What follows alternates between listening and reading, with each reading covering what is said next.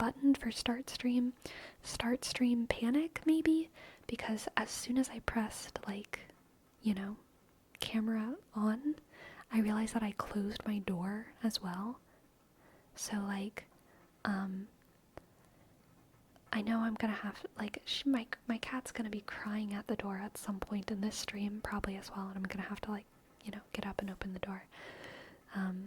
But, you know, sometimes I randomly realize something like, oh, I left my phone in another room, which I use for, like, you know, the poetry redeems, or, oh my god, I left this trigger somewhere weird, or whatever.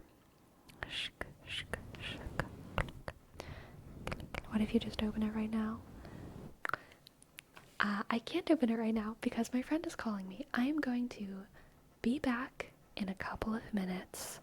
They might be here, and I'm going to let them in and whatnot. I'll be back as soon as I can, and then we will do tingles until 8 p.m., okay?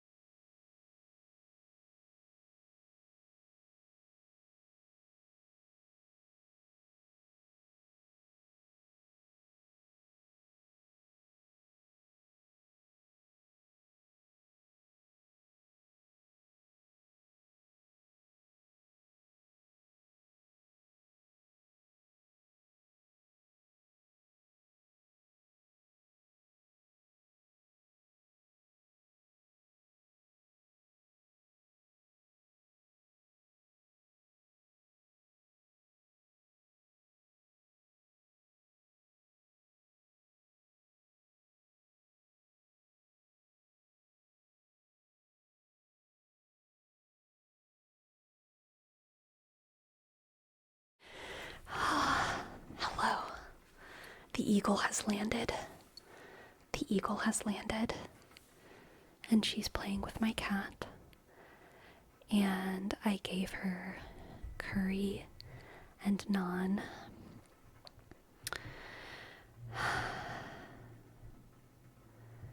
And all is well. All is well. Hello, everyone. Hello, everyone. Did you bring some for the chat?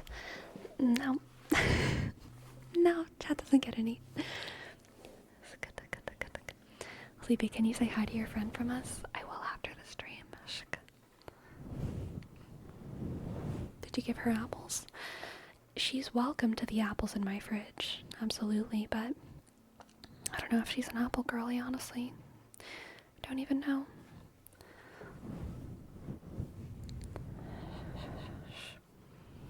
I have so many apples right now, y'all. I think I have 7 apples in my fridge, which is amazing. I bought 10 apples today. I only ate 3. You put them in the fridge? I'm gonna try that. Oh yes, absolutely. Extra delicious.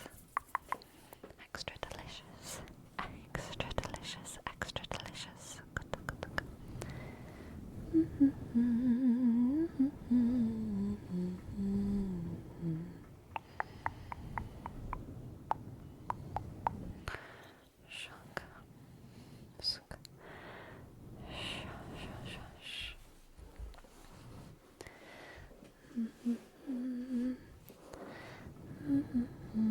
Fridge apples on top.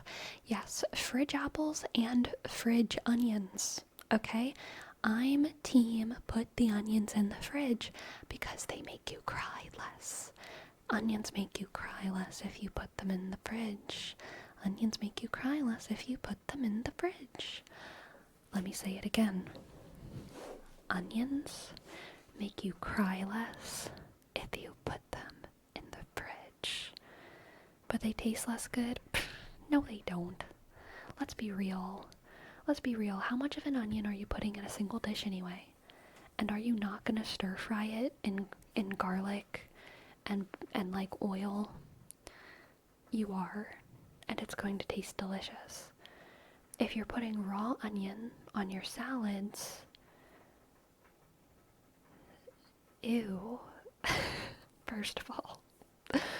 Second of all, I'm not going to convince you about anything. So you can just keep your ways. Keep your stubborn ways.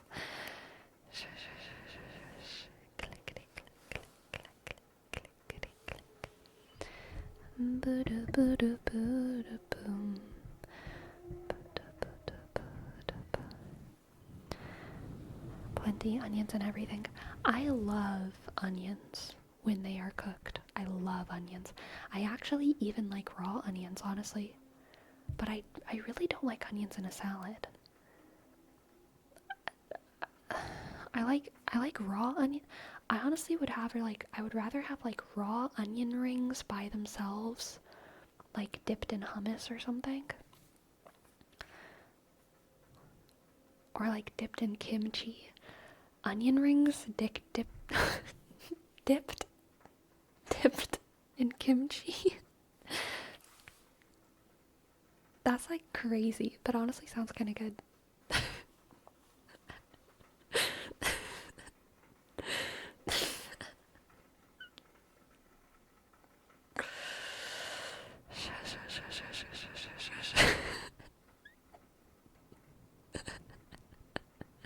Stop it.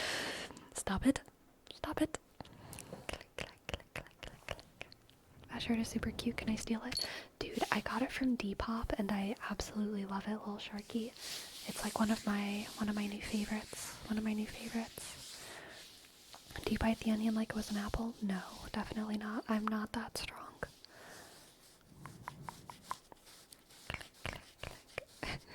Anything dipped in hummus tastes better than it would be otherwise.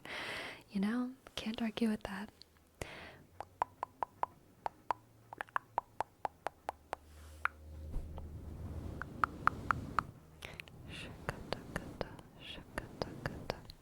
Alright, we have a couple word reps to catch up on. We have a word rep for archer, archer, archer, archer, archer, archer, archer, archer, archer, archer. Have you tried green onion kimchi? No, I have not. I do love kimchi though. I love kimchi. Dude, I was disappointed the other day because I really like trying new kimchis, and I went to Safeway and I found a magical kimchi shelf that I never even realized existed, and it was in the produce section, and there was kimchi next to sauerkraut made by the sauerkraut company, but it was called kimchi, and in the bottle it looked like kimchi, and I bought it, and it was just sauerkraut flavored kimchi flavored sauerkraut. It was sauerkraut. It was not kimchi, but it had a little bit of spiciness in it. And I love sauerkraut too, so it wasn't like I was gonna throw it away. I still ate it. It was good, but it was fake. I felt very sad about it because I was like, this is not what I wanted.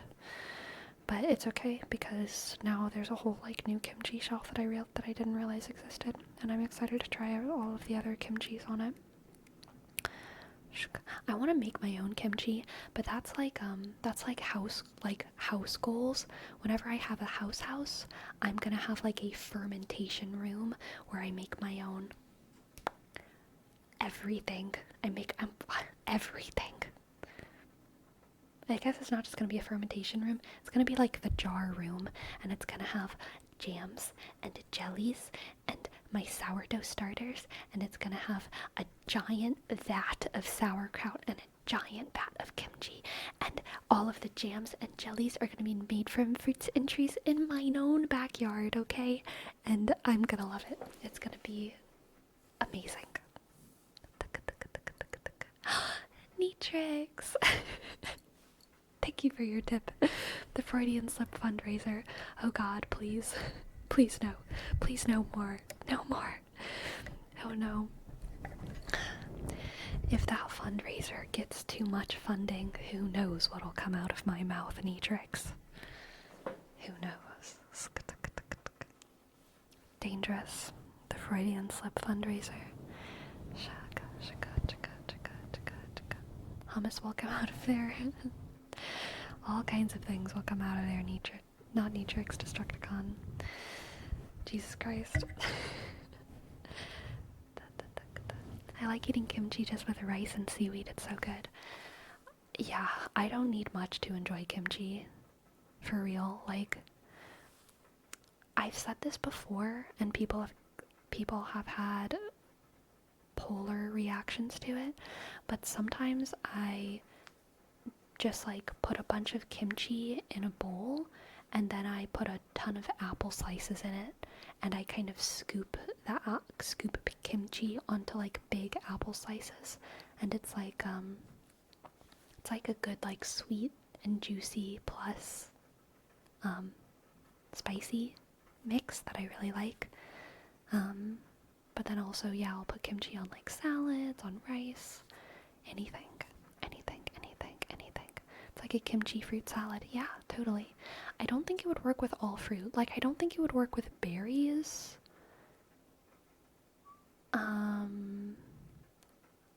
I definitely wouldn't work with strawberries or blueberries, at least. Grapes, maybe. Pineapple? I could totally see pineapple kimchi being bomb. Mango as well would probably work. Mango, apple, pineapple. Yeah, those things could work. Bitter brush. Thank you for your tip. Thank you, bitter brush. Yes, I'd love to give you a reading.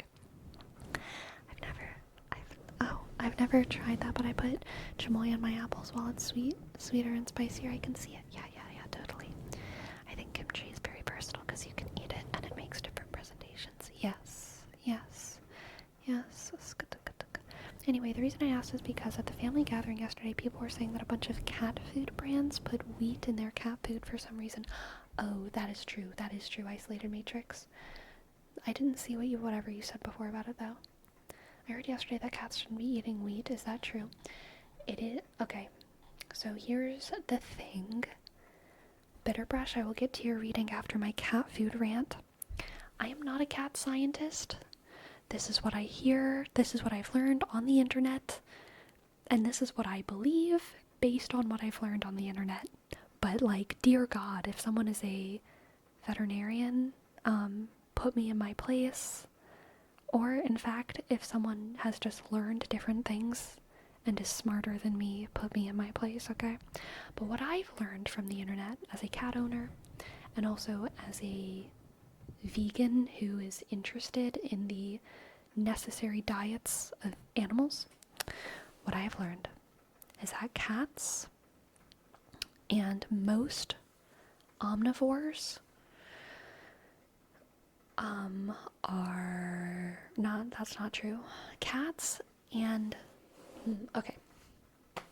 We have omnivores, carnivores, and herbivores. Yes? Most omnivores are descended from either carnivores or herbivores that gained the ability to digest a larger diet out of necessity. Like, all of a sudden there was no meat, so we had to start eating grass, had to start cracking those coconuts.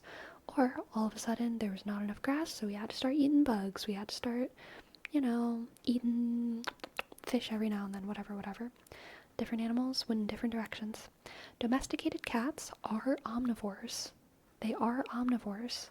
They can digest plants, some plants to some degree, but they are what we call obligate carnivores, which means they must eat meat to survive. There are vital nutrients in meat that cats need to survive.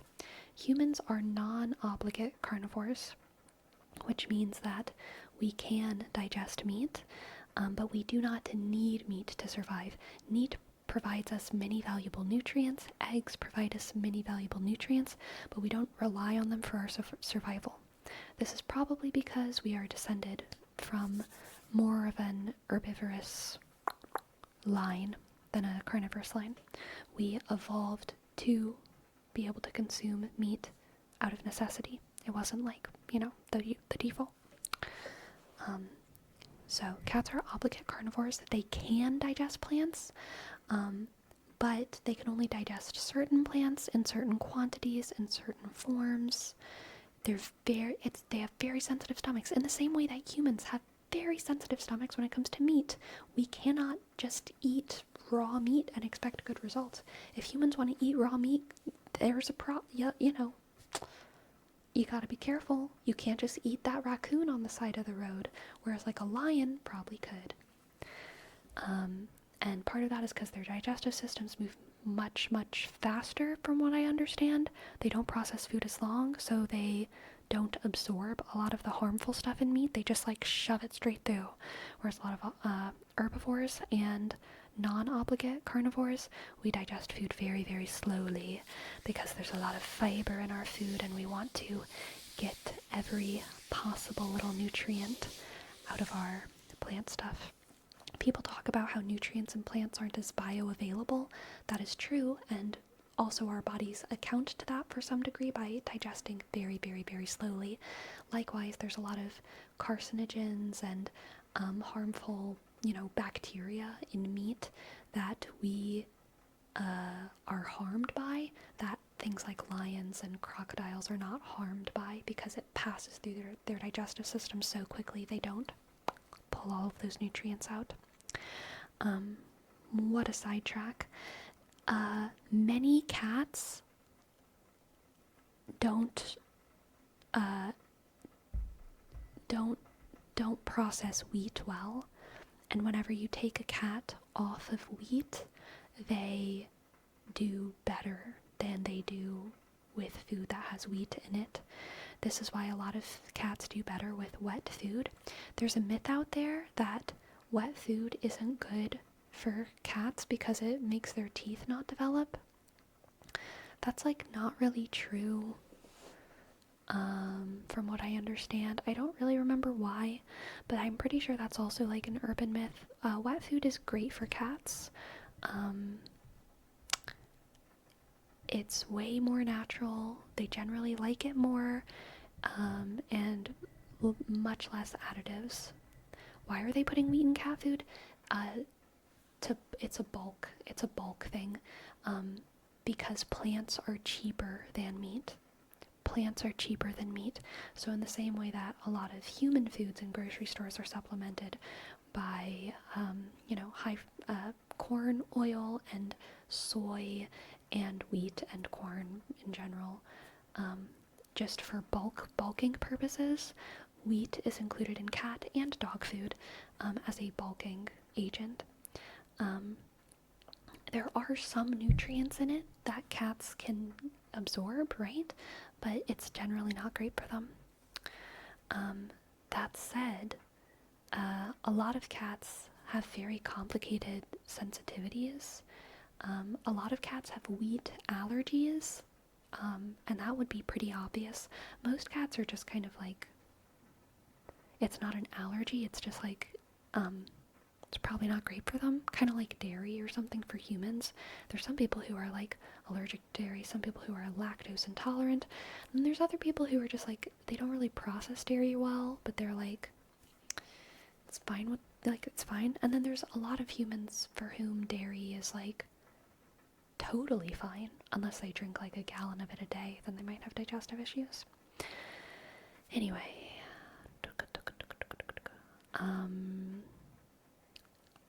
cats are unique, and they do have unique digestive systems, and there's no one perfect diet that can be given to all cats, because cats have a lot of different allergies and blah blah blah blah blah. But yeah, I mean, generally wheat is not good for cats. My cat does have wheat in her food. I'm almost positive there's wheat in her food. I can go check, actually. Maybe we can do that. Maybe, I'm gonna go on a break at like 7 p.m. But I'm gonna do a short break because I feel like I just took a break. I'll literally just go get the cat food at 7 p.m. and we can look at the ingredients. But the reason that my cat eats the food that she eats is because she has crazy allergies, and I've realized that this food doesn't trigger her allergies. I've tried non-wheat foods, and I've tried chicken-based foods, and I've tried beef-based foods, and I've tried more like natural brands, and I've tried fancier brands, but the brand that I have right now is not the most expensive one, and it's not the most like naturally branded one. It is a little bit like naturally branded, and it's not like a cheap, like a super cheap cat food, but I'm pretty sure it does have like additives, like bulking agents in it, and but I can't remember what the grain is. It might be corn, it might be soy, it might be wheat, I can't remember, but this food that she's on doesn't trigger her allergies, and so I stick with it because like, she's okay. There's been one food before that I tried that also didn't trigger her allergies, but it was literally like 3 times the price. So whenever I realized that this food didn't trigger her allergies, I was like, I'm just gonna stick with this one because she's happy on this food and it seems okay.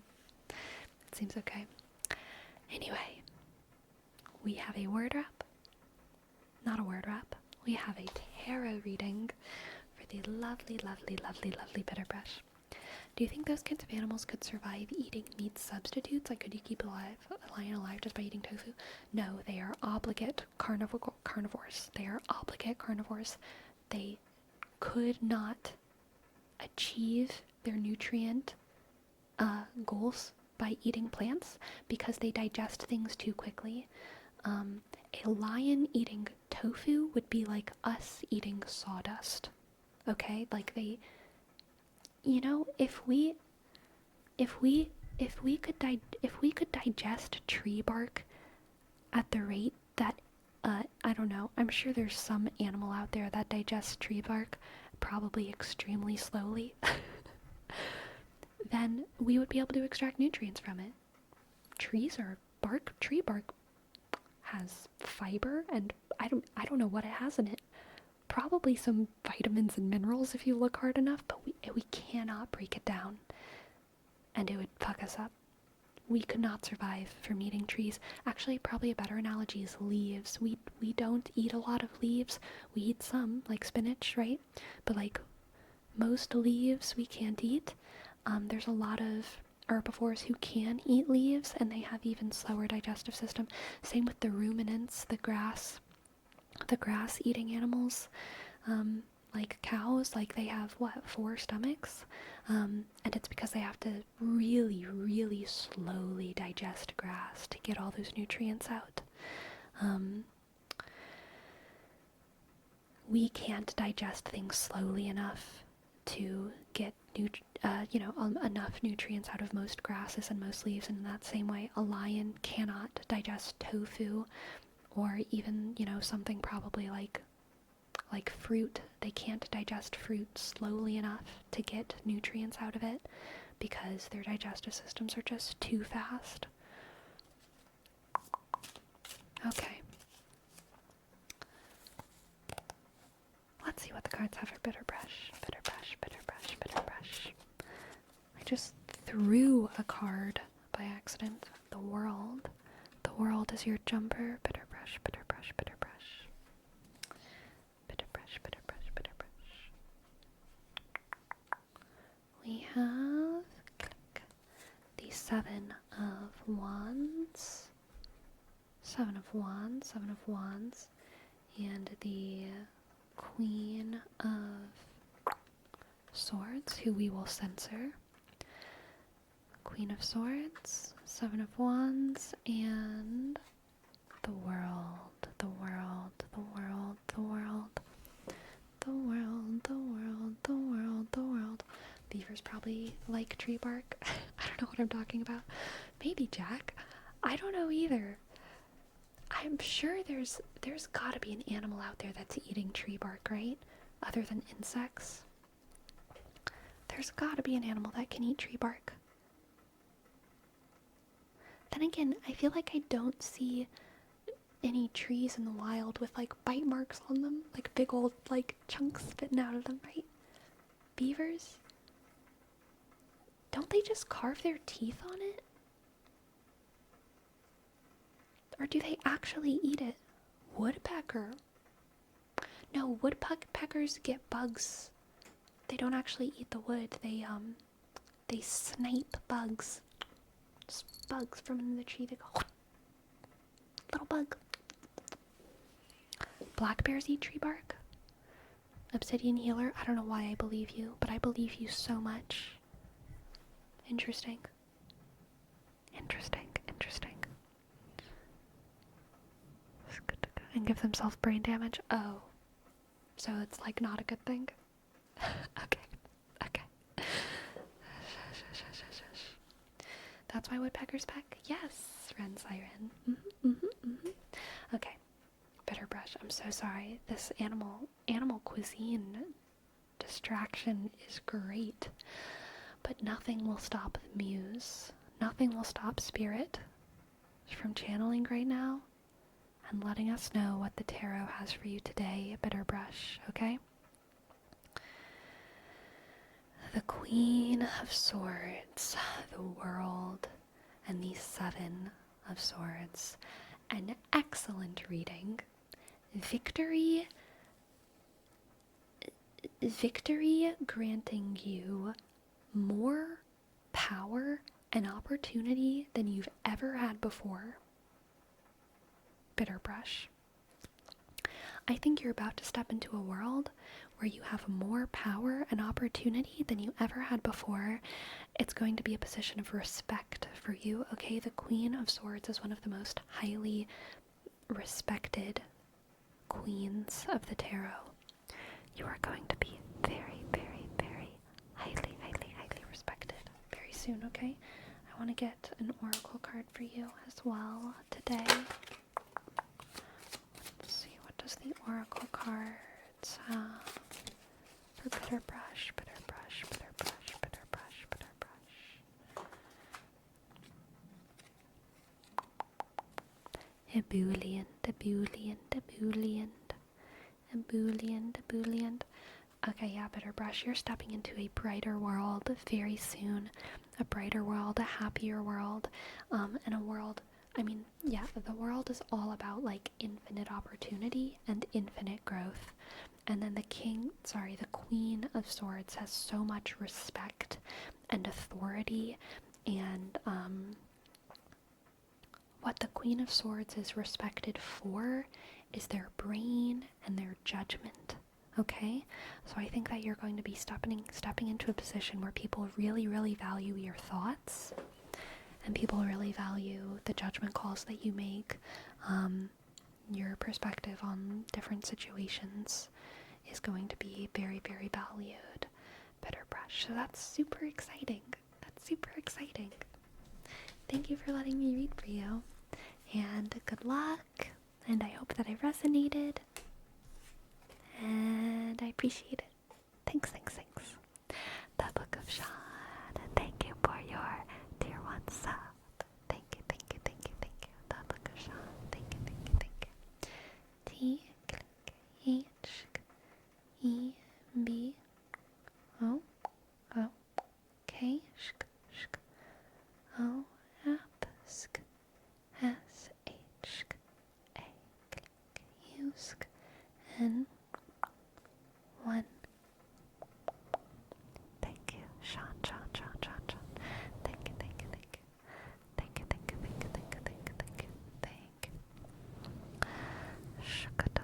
Alright, we have a word rep for isolated matrix. Isolated matrix. Isolated matrix. Isolated matrix. Isolated matrix. Isolated matrix. Isolated matrix. Isolated matrix. Isolated matrix. Isolated matrix. Isolated matrix. Matrix. Isolated matrix. Isolated matrix. Proto, thank you. Thank you for your prime, Proto. Thank you for your prime, Proto. B, R, O, D, O, underscore. Thank you, Proto. And a bitter brush as well. Thank you, bitter brush. Bitter brush. Betty Botter bought some butter, but she said this butter's bitter. If I put it in my batter, it will make my batter bitter. So she bought some better butter. Now her batter is not bitter. Bitter brush, thank you. B, click, I, double T, E, click, R, B, R, U, S, H. Thank you, bitter brush, for gifting us up. Thank you. Thank you. Clickety-click. Pherome, thank you for your tip. Thank you as well. Thank you, Pherome. Thank you, Pherome.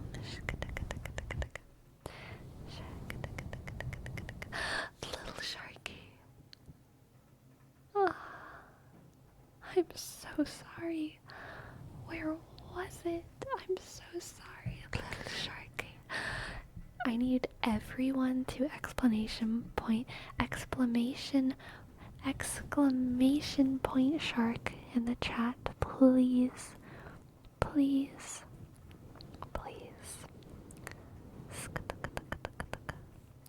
I'm so sorry, Little Sharky. I'm so sorry, Little Sharky.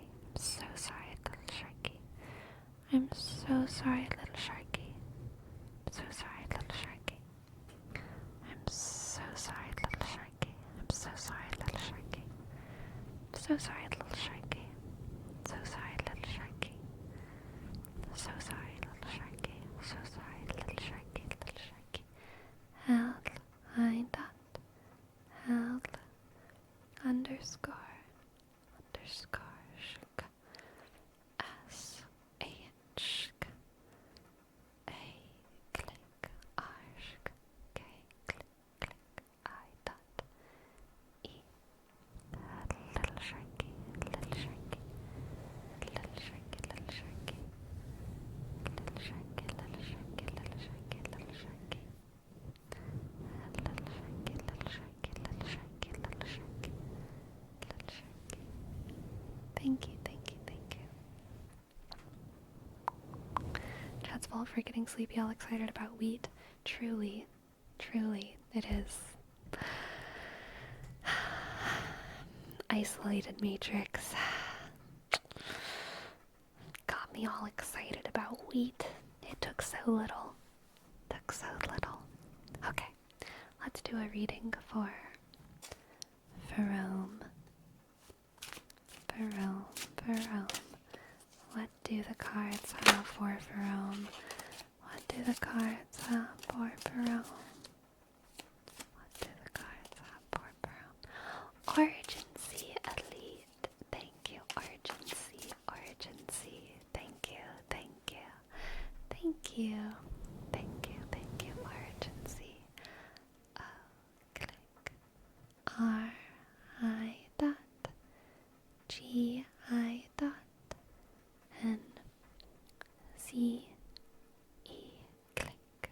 L, I, sk. T, E. Thank you so much, Origin. Thank you. Click. Okay. Let's see what the cards have for Pherome. Pherome.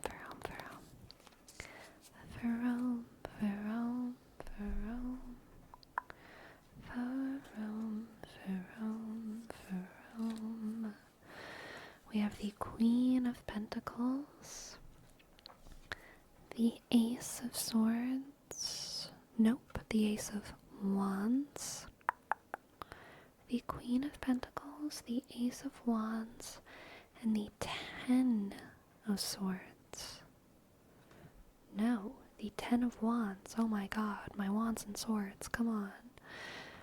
Ace of Wands and the 10 of Wands, very interesting. Oh my god.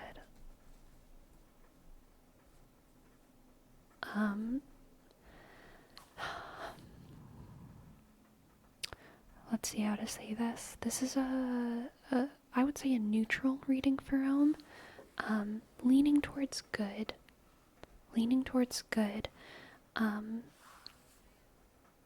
But it's starting a new chapter and a new role. Starting a new chapter and entering into a new role, a new identity, okay, Pherome? And I think it's going to be an identity where you are called to be much more parental. I think you're going to be entering a role where you feel much more parental to the people around you.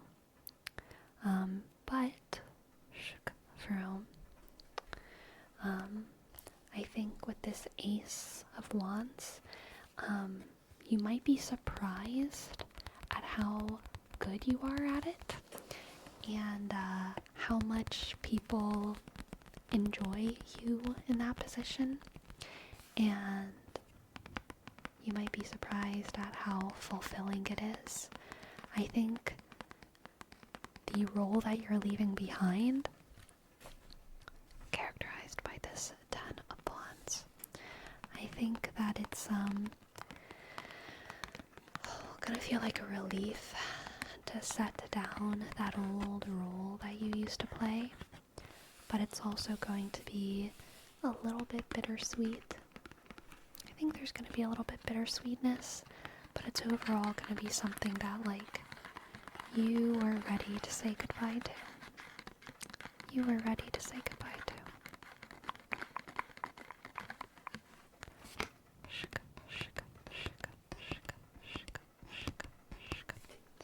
Let's get some more cards. We have the 3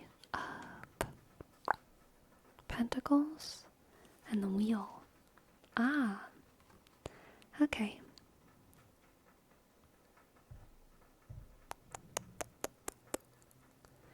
Pherome, you are going to be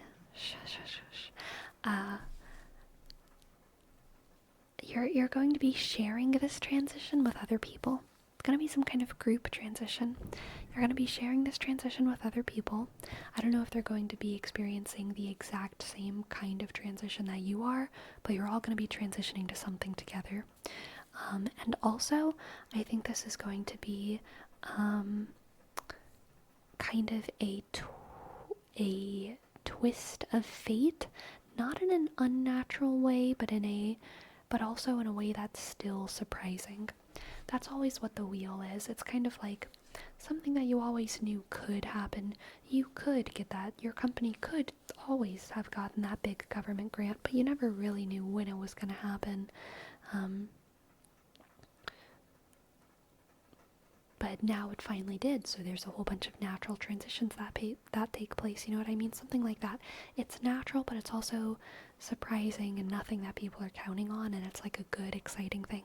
So yeah, I think like a good, exciting thing is going to trigger this kind of mass transition between you and your peers, and you yourself, Pherome, I think are going to be moving into a role where you feel somewhat parental, and that could be a downgrade from where you are now, technically, hierarchically, or it could be an upgrade. I don't know, because I don't know where you are in the hierarchy right now of whatever it is that your life is, but wherever you're moving, I do think that it will suit you and that you will have fun there. With that Ace of Wands, there's going to be a feeling of freshness and fun. With the Three of Pentacles, I think everyone's going to be collaborating well, working well with one another, having a good time, okay? Let's get an oracle card for Pherome. Shook. Solace. Take solace with the slings and arrows of outrageous fortune. That is what is coming in my head.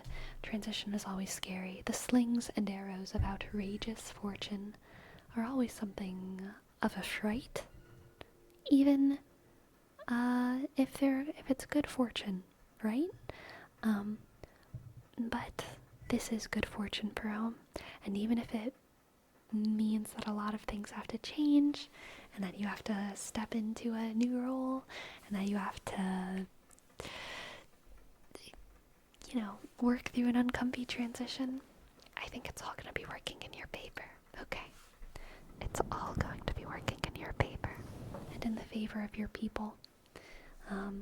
Yes, a positive reading, Pherome. Thank you for letting me read for you, and I hope that you enjoyed. Thank you.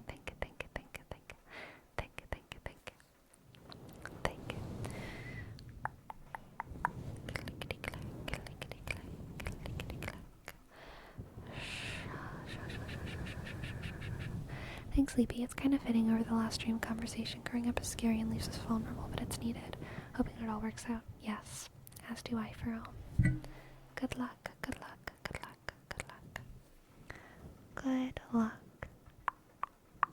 Alright, we have a couple word reps to get through. For Street Raccoon, we have a word rep for Trash Bandit. Trash Bandit. Trash Bandit. Trash Bandit. Trash Bandit. Trash Bandit. Trash Bandit. Trash Bandit. Trash Bandit. Trash Bandit. Trash Bandit. Trash Bandit. Trash Bandit. Trash Bandit. Trash Bandit. Trash Bandit. Trash Bandit. You won't see him coming, but there's a trash bandit. Trash bandit. Trash bandit. Trash bandit. Trash bandit. Flipster redeemed what the Sigma nerd voice. I feel like this is a meme that I don't know. I don't know what a nerd voice is. Do you mean like the nasally, like, I don't know. What does that mean?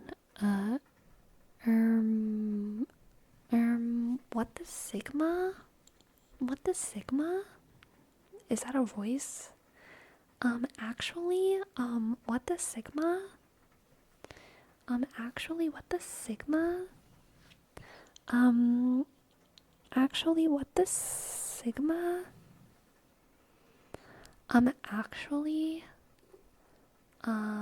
Actually, what the Sigma? What the Sigma? I think we're too old for the meme, Sleepy, because I don't get it either. Maybe lift one finger. What the Sigma? What the Sigma? Teacher. What the Sigma? Um, um, um,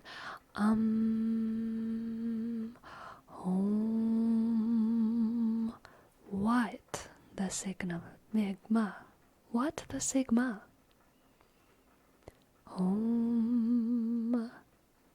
What the Sigma? What is the Sigma? What are frogs? And another one for Flipster. Wheat, wheat, wheat, wheat, wheat, wheat. Can you say that with the uwu fingers?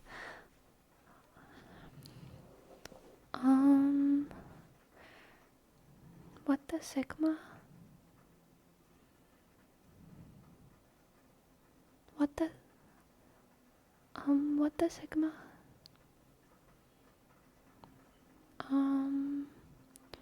What the Sigma?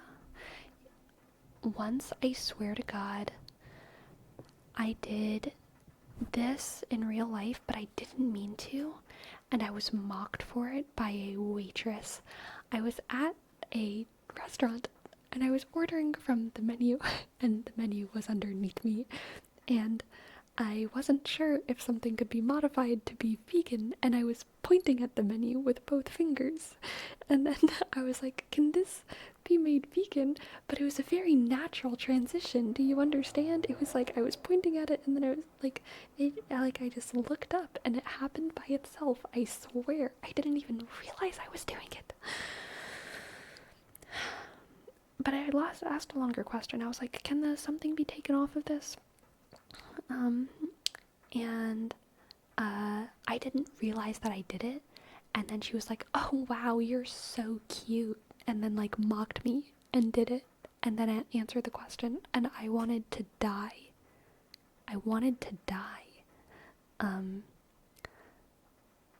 Because I didn't even realize I did it, because I was like, what are you talking about? But then I looked down and my fingers were like this, and I was like,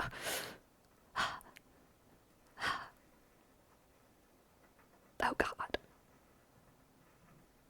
You know? No good. A waitress said that. A waitress said that. LOL, Sleepy, are you subconsciously an uwu girl now? This happened like over a year ago.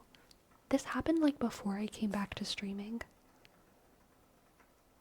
So like, I guess I've always been one. Okay. We have a name trace. Bar 0202020202. C click. E R shook. O T click W. O 0 shook. 0 shook. 2 1 5 6 4. Thank you. 020202. and a name trace for the Blue Eyes Demon TV. The Blue Eyes Demon TV. T click H E B sk L U sk E E sk Y sk E S D click E sk M O sk N B sh sh sh sh. Thank you, thank you, thank you. Thank you, thank you, thank you. Blue Eyes Demon TV. As a waiter, I would just laugh in my head and be like, no problem, we can do that for you. Thank you, just Kirby. I'm glad. I'm glad. I'm glad. Shaka, shaka. Live by the uwu, die by the uwu. Uwu for the emperor. Uwu for the golden throne. Uwu. Can I kill the heretics? Uwu. For the emperor.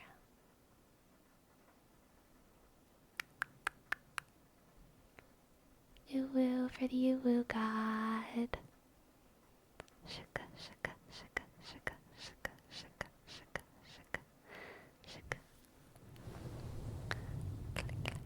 Sounds like you went from uwu to owo. Yeah, truly, truly. Sleepy, were you the kind of kid that always raised their hand because you knew the answers in class? Or you knew the answers but were too shy to respond? I truly, Pherome, struck the balance, okay? I only raised my hand if I knew the answer and no one else had their hand up. Okay, I gave it like 3 seconds. You know what I mean? I was like, do the goody two shoes know the answer? They can answer. But if they didn't, then I would raise my hand. Okay? I was the perfect student. And no one can tell me otherwise. I got all the gold stars. That shows confidence. Yeah. I was confident. I liked to like hide my power level, you know? Like, I didn't need to answer every question. I just wanted to answer the hardest questions correctly. Shook, shook. Did you tell the teacher they forgot to pick up the homework before class ends? No, definitely not. No, cause, yeah, no. I was happy to not have homework turned in, quizzes untaken. That was fine with me. Did you ever correct others if the answer they gave was wrong? No. No.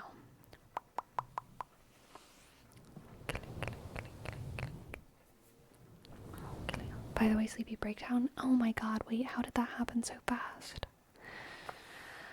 Time to go get the cat food. Yes, we're not going on a real break, everyone. I'm just gonna go get the cat food. And then I'll be right back, okay? I'm gonna stretch my foot a little bit, and then I'll be right back.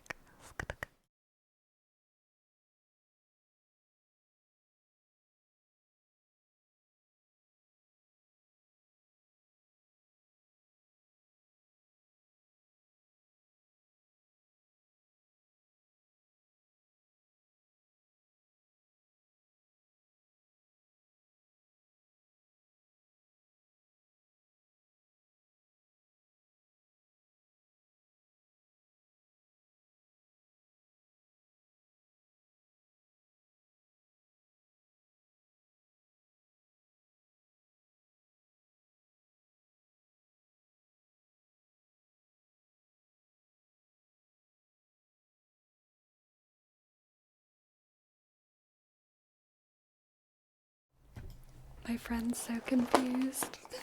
I left my room and I got the cat food and came back and they were just like, oh, what are you doing? And I was like, don't worry about it. Just relax, okay? This is the cat food that I get for my cat. I get it at Trader Joe's, and she loves it. But I don't think it's the best cat food in the world. There's way nicer cat foods, but for whatever reason, this cat food does not trigger my cat's allergies, and it's fairly reasonably priced, so I get it. Bench and Field, health food, holistic, natural, with added vitamins and minerals, feline chicken meal formula, balanced nutrition, omega-3 enriched, primary antioxidants. And let's see what the ingredients are. I believe the question started with, does it have wheat? It doesn't look like it has wheat, but it does have rice in it. Rice is the bulking agent, it looks like.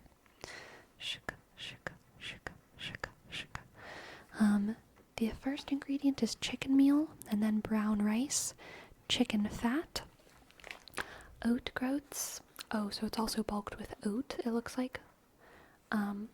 Menhaden fish meal, chicken liver, sardine meal, dried egg product, sweet potatoes, dried tomato pomace, peas, natural flavor, salmon oil, alfalfa meal, dried beet pulp, flaxseed D-L-methionine, carrots, pumpkin, cranberries, apples, dried kelp, blueberries, potassium chloride, salt, quinoa, vitamins, and then a list of all the vitamins, taurine, minerals, magnesium sulfate, zinc proteinate, ferrous proteinate, manganese proteinate, copper sulfate, magnesium proteinate, copper proteinate, chicken cartilage, sodium selenite, chicory root extract, beta carotene, cinnamon, dried pediococcus acidilactice fermentation product, dried lactobacillus acidophilus fermentation product, dried lactobacillus plantarum fermentation product, and lastly, dried bifidobacterium longum fermentation product. And that's all the ingredients in my cat food. That just has too much stuff in it. Dude, I agree. For a while, I did feed her raw chicken, but it actually made her throw up, constantly. And then I tried raw beef, and it actually just made her throw up constantly. So then I was like, okay, I'm just gonna go back to cat food. I thought it would help her allergies. I was like, maybe the more natural we go, the healthier my cat will get. And I tried it for a month, which makes me feel even worse about it, because I was reading about it online, and they were like, your cat might need a transition period, and I was like, okay. Transition period should not last more than a month. Did you slowly phase her meal out? Yes, I did. 3 for 3 for raw fish. I haven't tried raw fish. I have fed her sardines before, but I haven't tried only feeding her fish. And she did throw up the sardines. That was a long time ago, though.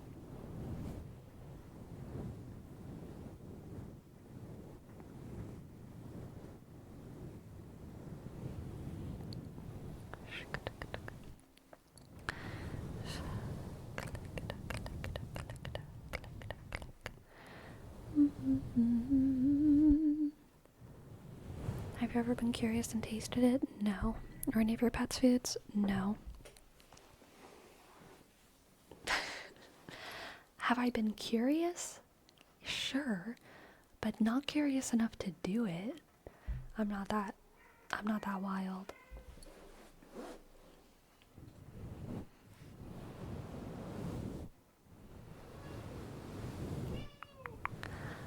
Oh, she knows I took her food out. I'm sorry. The food is a lie. I'm so sorry, girl. I'm so sorry, girl. I'm so sorry. She's so confused. I think she can be a tuna girly. Maybe. Maybe she likes salmon. Maybe. I don't know.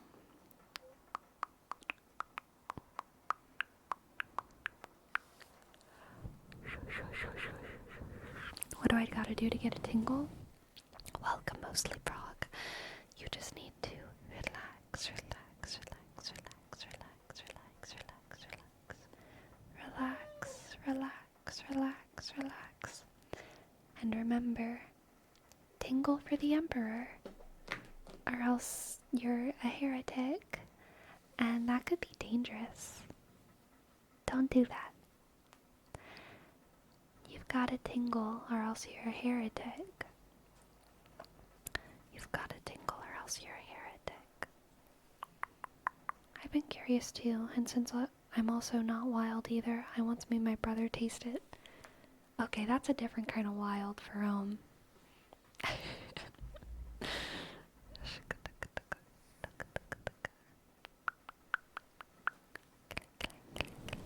Hello, it's 3 a.m. Welcome in.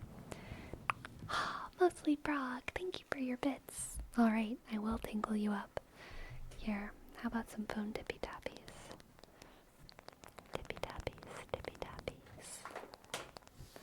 My cat is trying to get into the cat food. No, she cannot do it. No. I must block her with my elbow. I'm not letting her. Oh my gosh. I need to put it back into the cabinet. She's gonna go crazy. The cat food is out. I actually thought I was immune to tingles, then I came across your YouTube, and it was such a weird feeling, like my skin went all buzzy. Sleepy, another 1 minute break for you to take the cat food back. Otherwise, Gracie may feel too enticed. Yeah, she might. Give some food a daptil. That is the worst idea, okay? I cannot affirm this behavior. I cannot affirm your behavior right now, Gracie. I can't let you know that the cuter you are, the more treats I'll give you. I can't let her know that. Shuka, shuka, shuka.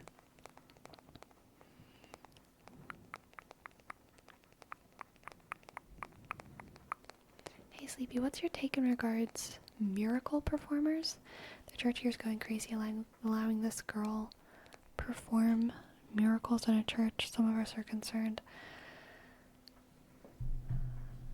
Oh gosh, that subject requires so much nuance, Vidge.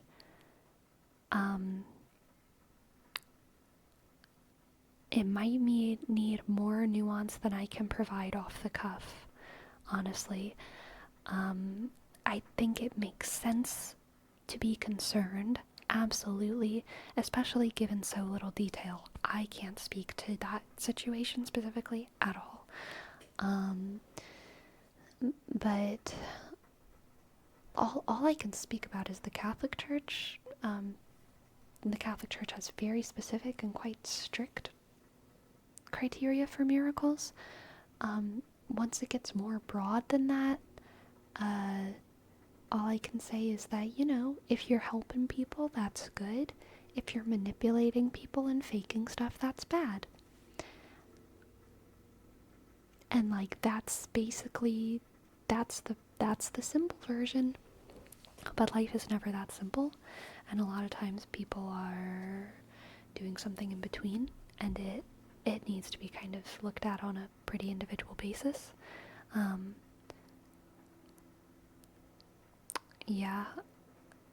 What I will say as well is that it's definitely nothing new, and it's nothing that will ever stop. There will always be people who genuinely do miracles in the world, and there will also always be people who fake miracles. And that's because we just haven't figured stuff out yet.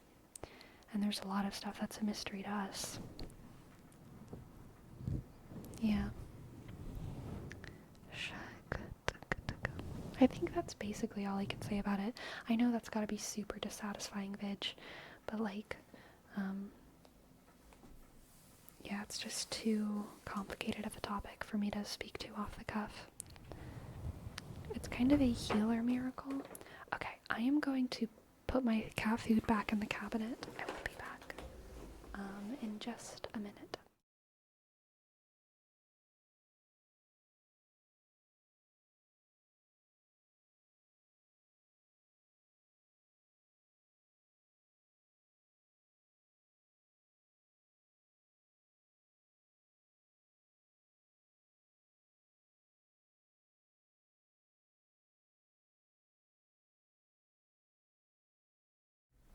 Okay, I'm back.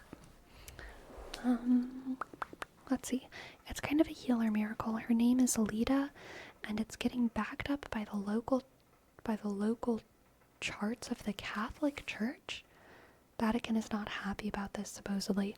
Oh, interesting. Well, then that sounds like a very classic case of the Vatican being very strict about what it categorizes as a miracle, and lay people being very excited for there to be a local miracle, possibly, because it's so hard to get a miracle approved by the Catholic Church. And so if one happens locally, like, oh my god, like, that's so exciting. It makes sense. It's a stage. It's a stage in either the confirmation of a perhaps young saint, or it is a stage in not that. I certainly couldn't figure it out. There's experts who will figure it out. Catholic and non-Catholic experts, science experts, who will determine whether or not what she's doing can be explained by science or not, And that's kind of the dealio. It's a very, I think, like, natural social phenomenon of, like, people to be excited at the prospect of a local miracle. And it's also, like, exactly what we would expect from the Vatican. I mean, every real saint was also, like,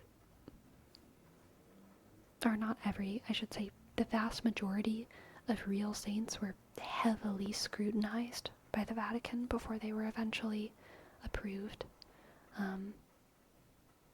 That's okay.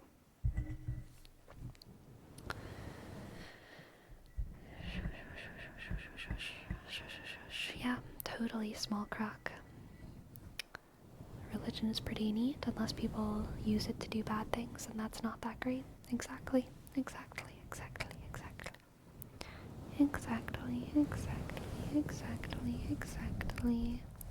I wouldn't blame the church. If the local community that goes to the church is pushing for it, it would be hard for them to oppose them.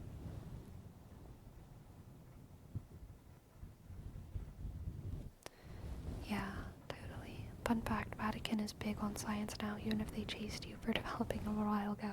That is very true. Vatican loves science. Are you religious? Yes. I am Catholic.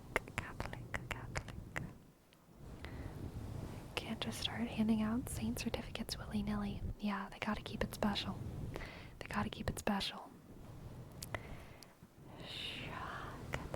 The gradient in the channel point menu is really pretty. Oh my god, digital darling. Finally, someone noticed it. Finally someone noticed it. Thank you, digital darling. Thank you. Thank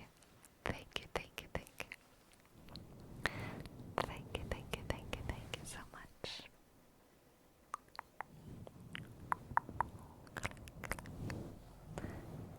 Click. What? I'm the first? I think so, digital darling. I think so. Click.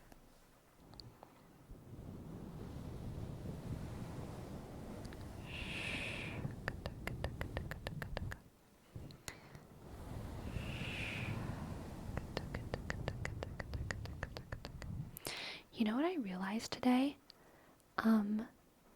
So aphantasia is whenever you, like, can't visualize things in your head, right?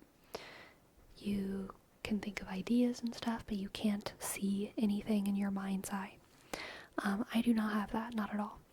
But also, I think that, like most things, a lot of psychological conditions exist kind of on a spectrum, right?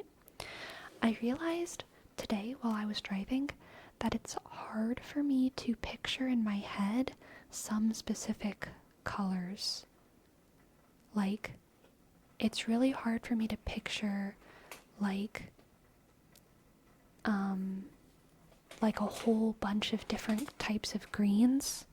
Like, I can, if someone tells me to, like, think in my head to visualize, like, 10 different shades of green, I couldn't do that. I could picture, like, maybe 3, and that's how I am with, like, every color. What is my cat?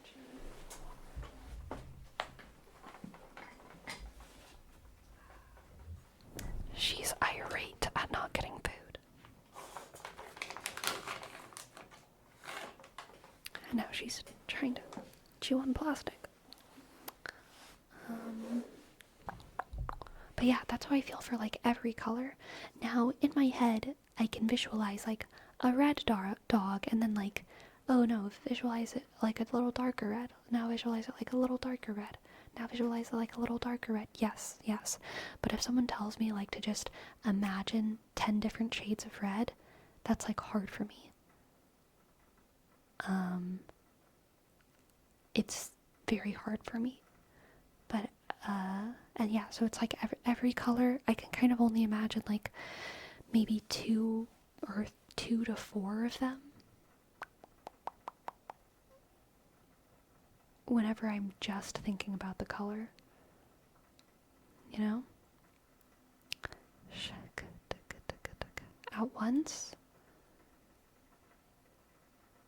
No, like, separate.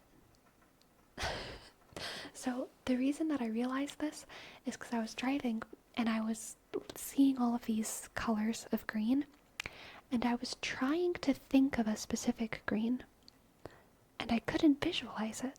And I knew that there was a specific color of green that existed in the ether, but I couldn't visualize it, and it was frustrating me.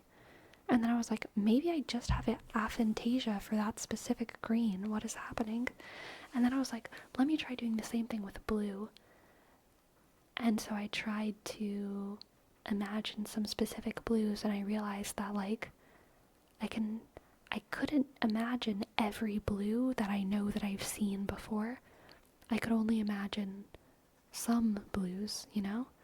And so I was like, that's, interesting. I don't know.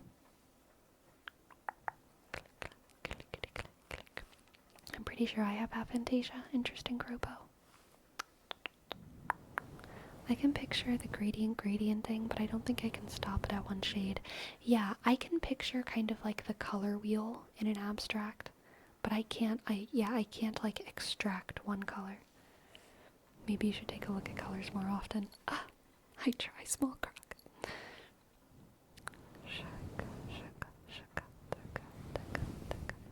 Can you imagine 3 pyramids rotating counterclockwise? Yes, absolutely. Can you paint with all the colors of the wind? You know the earth until you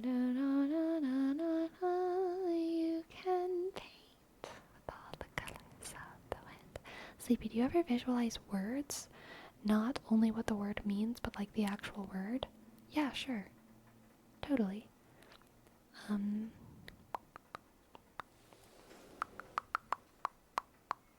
Not you pushing the mental limits of your imagination while driving.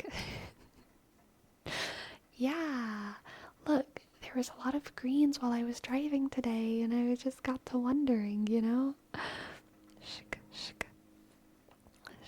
Why would someone ever ask you to imagine that many shades? I was asking myself to imagine that many shades, Bruca. Even if I could extract the color I want, couldn't name it, so we're in a problem anyways. Interesting. Interesting. The pyramids built individually or as a circle? I think individually. But but I think they had the other pyramids in mind. But they were built like thousands of years apart, some of them. So maybe that's too big of a number. Many, many hundreds, but no, thousands. They were built thousands of years apart.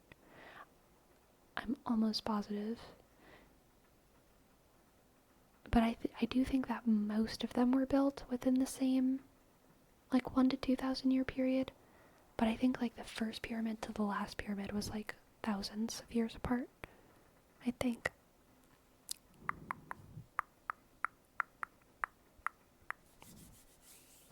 It blows my mind hearing people talk about what they can visualize. Interesting.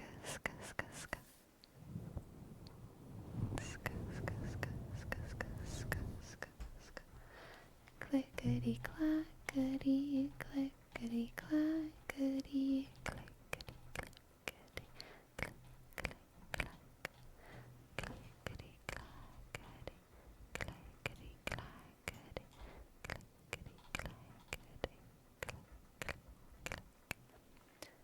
clickety clack.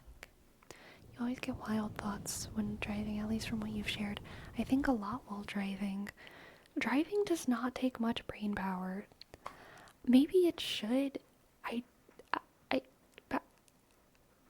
just drive. I just drive, you know? Siribot working hard in the chat. Good job, Siribot. Good job, Siribot. Good job, Siribot. Good job, Siribot. Good job, Siribot. Head pats, head pats, head pats. Head pats for the bot.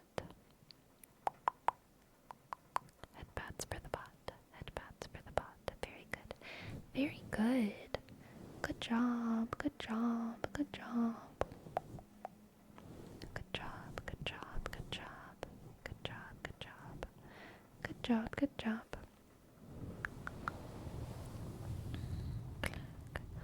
You need to move somewhere with lots of traffic so you can be mad instead.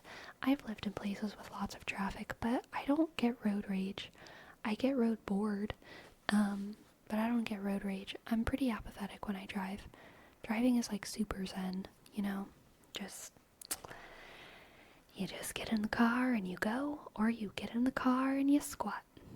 I have a huge migraine right now. I'm so sorry, Flexi. So sorry, Flexi, Flexi, Flexi, Flexi. Flexi, Flexi, Flexi, Flexi.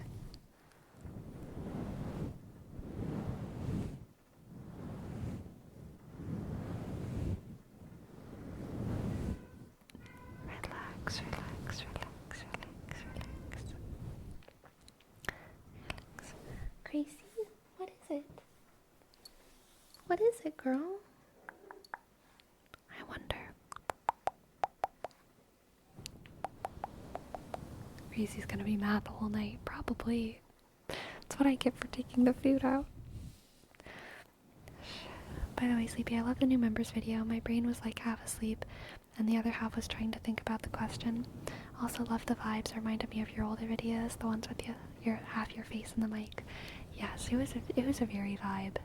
It was a very vibe, Jose. I'm glad that you enjoyed it too. Oh, and now she's on my lap again. And y'all can see the blessed floofy tail. Would you say that the Zen experience you achieve while driving is from experience or personal disposition? I think probably personal disposition. Yes. The tail is blessed. It is. And now she's sat on my lap like a little comfy cat. That's actually pretty rare. She's not too much of a lap sitter. She's a chest sitter when I lay down. This is a rare blessing. Cat on the lap, cat on the lap. Do you despise Tesla drivers? No, I do not.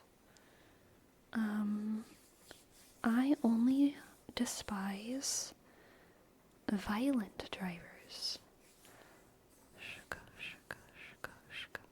Sleepy, is it weird that the question posed in the members video stresses me out? Oh, Agen, I'm very sorry that it stresses you out.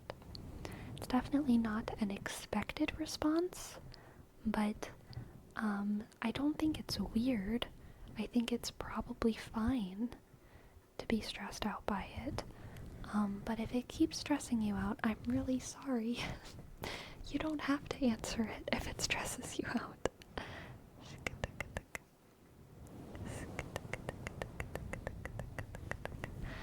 Guto, Guto, Guto. Thank you for your prime. Thank you, Guto. Thank you, Guto.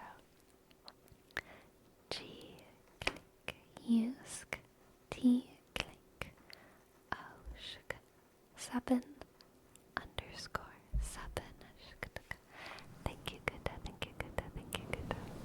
Thank you, Guto. Thank you, Guto. I love that video. I really like videos that give you something to think about, makes you reflect. The only downside is that it being in video format doesn't leave room to chat about it in real time. I know, for real, I know.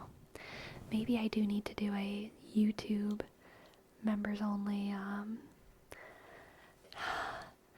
YouTube members only Discord chat?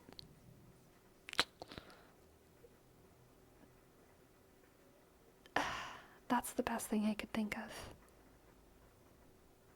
Outside of just the comments, you know?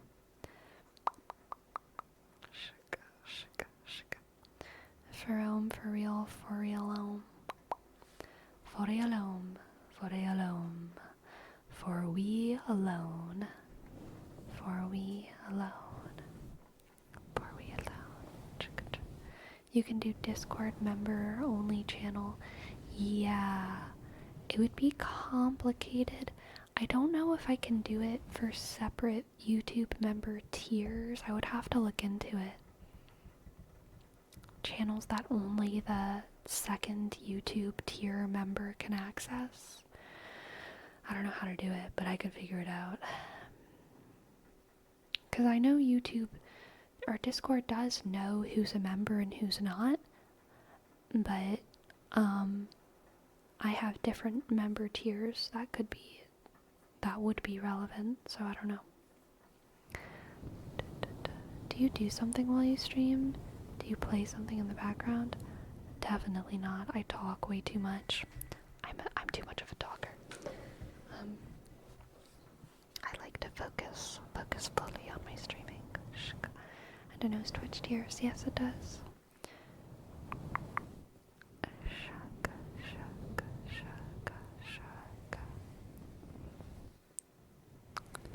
Where would you go for vacation, Sleepy, if it was you flying tonight? Anywhere in the world? Do I have anywhere in the world? Right now, where would I go? Oh gosh,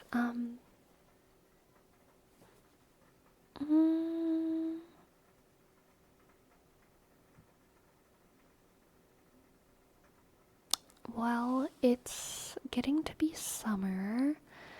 I really don't know.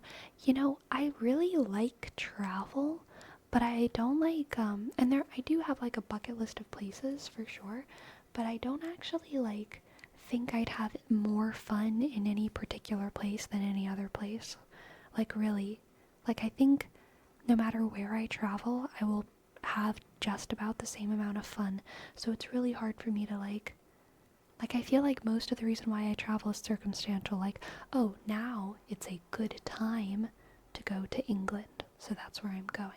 Now it's a good time to go to Japan. Now it's a good time to go to Montana, to go to Canada, to go to Alaska, like whatever. But like, I don't really feel like I would enjoy any specific place more than another one. I mean, of the places that are fun to go to, there are some places that I would not want to go to. Right now, I would probably not want to go to Gaza. Right now, I would probably not want to go to Uganda. Right now, I would probably not want to go to Russia. Right now, I'd probably not want to go to North Korea. Right now, I'd probably not want to go to Kenya. But, but, you know, like, I would love to go to Russia and Kenya and Uganda and Gaza. Like, I would love to, if it weren't, like, dangerous like, right now. The only reason I don't want to go is, like, danger. But, all of those places would be places I would love to go to, especially Gaza. Gaza, Palestine slash the whole, like, Palestinian area and Israel has, like, some of the best traditional vegan food on the planet. It's like a vegan, like, paradise over there. Such a good place to be a vegan foodie. What about India? India is so big. But, like, yeah, I'd love to go to India, I think. Oof, itchy on the nose.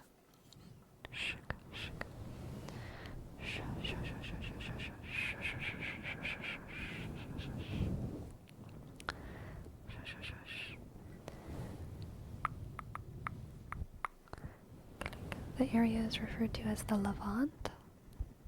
Wait, why the angry face? What does that mean? I don't know.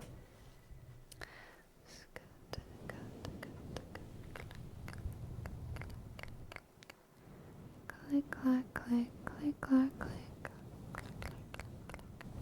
So it'd be for festivals and ice activities unique to those places, possibly. Yeah. Festivals and ice activities and specific people, you know?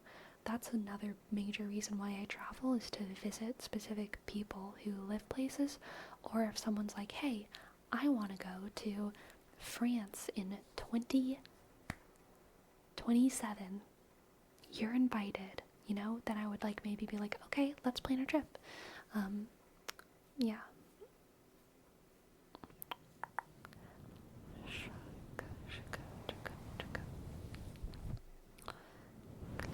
Sleepy, would you travel to my country without you knowing which one still?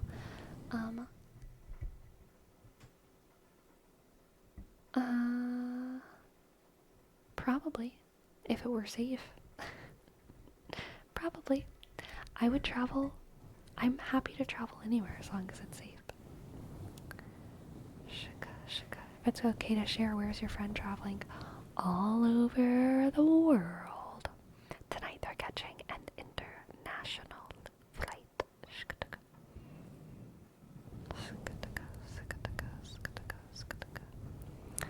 Sleepy is scared of the spiders in Australia. Is Sleepy scared of spiders in Australia?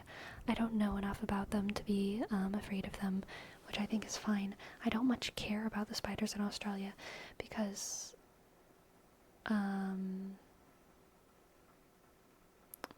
Australia's not on my bucket list. But Australia's great, and I would travel there if I had a specific reason to, and I'm sure I would have fun. Canada is nice, but the air hurts your face half the year. Yeah.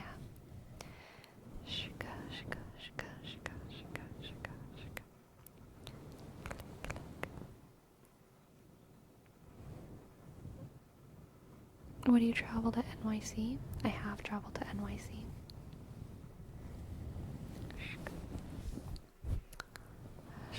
I want to do the Swiss French Alps log cabin, open fireplace, hot chocolate, St. Bernard. Go pet vigorously, vacation one time. Yes, me too. That sounds great, Salty. Yes, I want to do the Northern Lights in Norway in an igloo. I want to do South Asia tour everywhere in South Asia.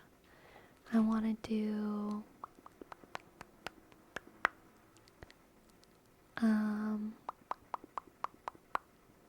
the North African tour, honestly. Historic tour. I want to do South European tour. I want to do Central European tour, East European and West European tour. And I want to go to Canada and Mexico and everywhere.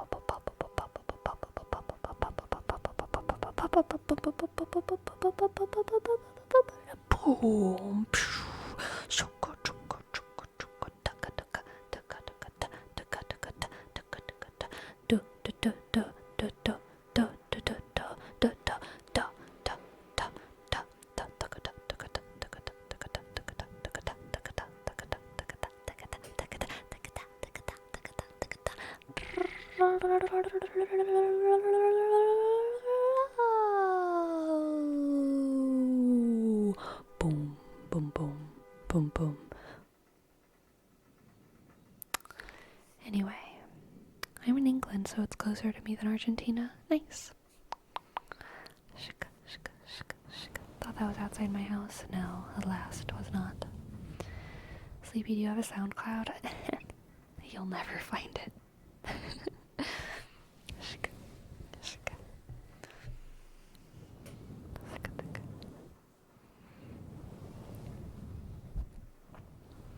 Sleepy, if you could, let's say, travel for 3 months around the world, would you do it? And would you keep streaming from hotel rooms, different world locations in order to not put a full stop to your work? Or do you prefer to fully take those months as vacations?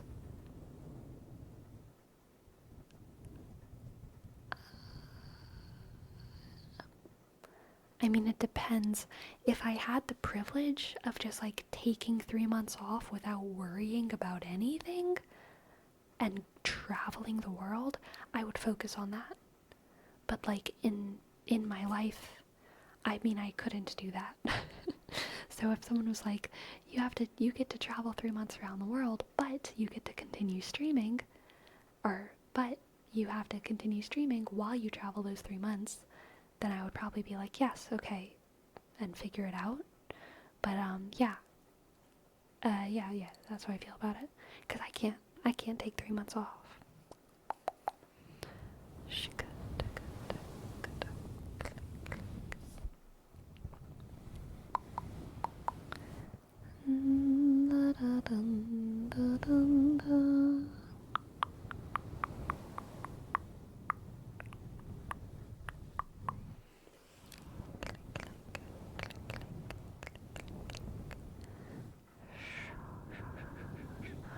But would you do it, or be like, nah, I can't take 3 months, I would rather just stay and stream from my place instead of traveling around?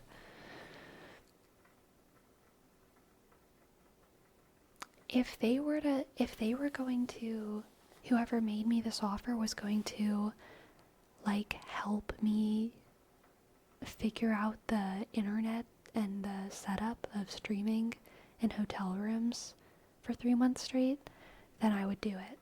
If I was gonna have no help, then no, because that would just be way too much stress.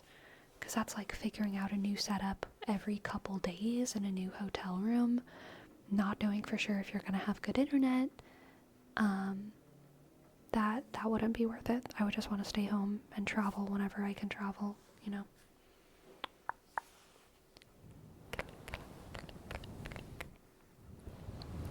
People say that Canada is one of the best places for road trips. I think I would do a really long one. I've considered that. It's me, Mossy. I've absolutely considered that. I would love to go on a road trip up the west coast from Oregon, through Washington, through all of Canada, into Alaska. That sounds like so much fun to me. Sleepy, what are we naming the stream? Ah, my goodness. Is it already that time? I guess it is. I guess it is. What are we naming the stream, my friends? What are we naming the stream? I think it would be a fun adventure, and without fully stopping the stream videos. But yeah, you would have to think about how hard it would be. It would be so hard, y'all. It would be hard. Like, you know, streaming and doing YouTube videos. I have tech issues I probably have like at least 4 like random tech issues that I don't expect per week, and I think that's just part of it, you know. Some of them are solvable, and some of them are like, guess I have to refilm this whole video. And that's just the way it is. But I love it. Like, I'm so okay with those. Like every different, you know, thing has its problems that you have to solve, and I think solving tech issues is fun. And it's always a lesson that I learn, and I like it. I like my particular set of problems currently. I very much like it.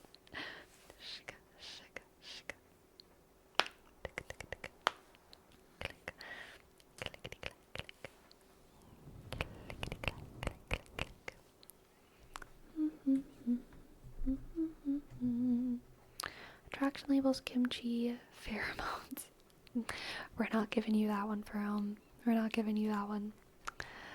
Let's see. But we will talk about pheromones, spelled correctly.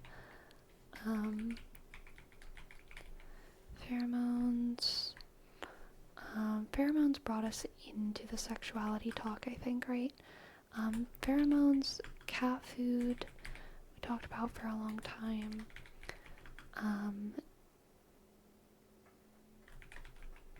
Yeah, I love it. Pheromones, cat food, kimchi. What else would anyone ever want to watch a stream about?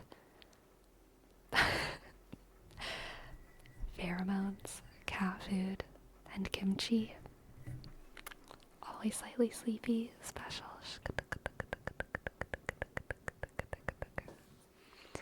Sounds like a sitcom title. Truly.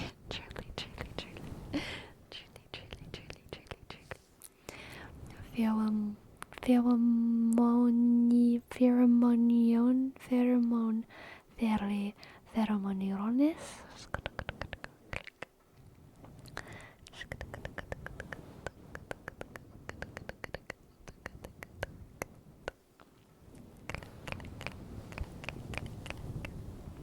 Sleepy streams ASMR for the Wikipedia, link follower, an ADHD person.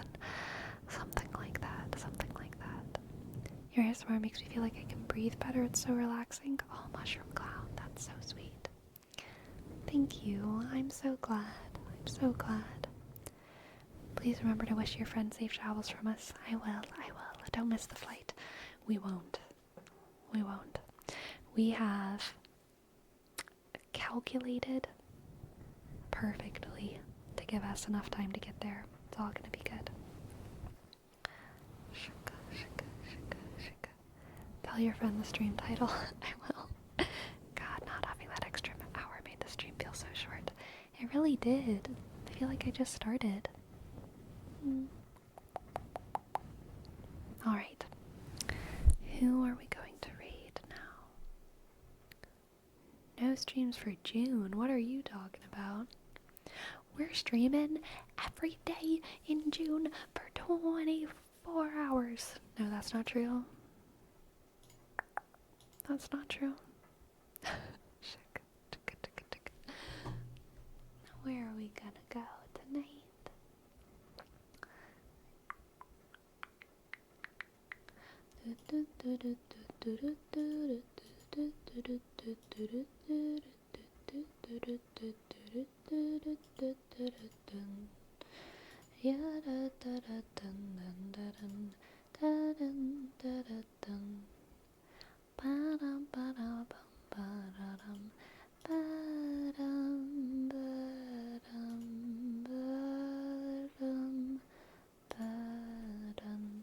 Let's go raid Amy Pie.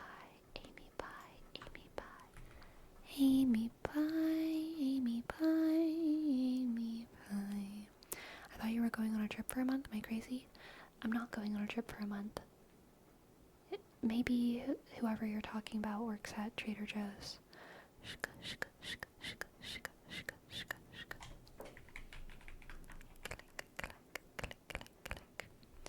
Anyway, thank you so much for spending this night with me, everyone. Thank you so much for tingling with me. I hope y'all enjoyed, and I hope that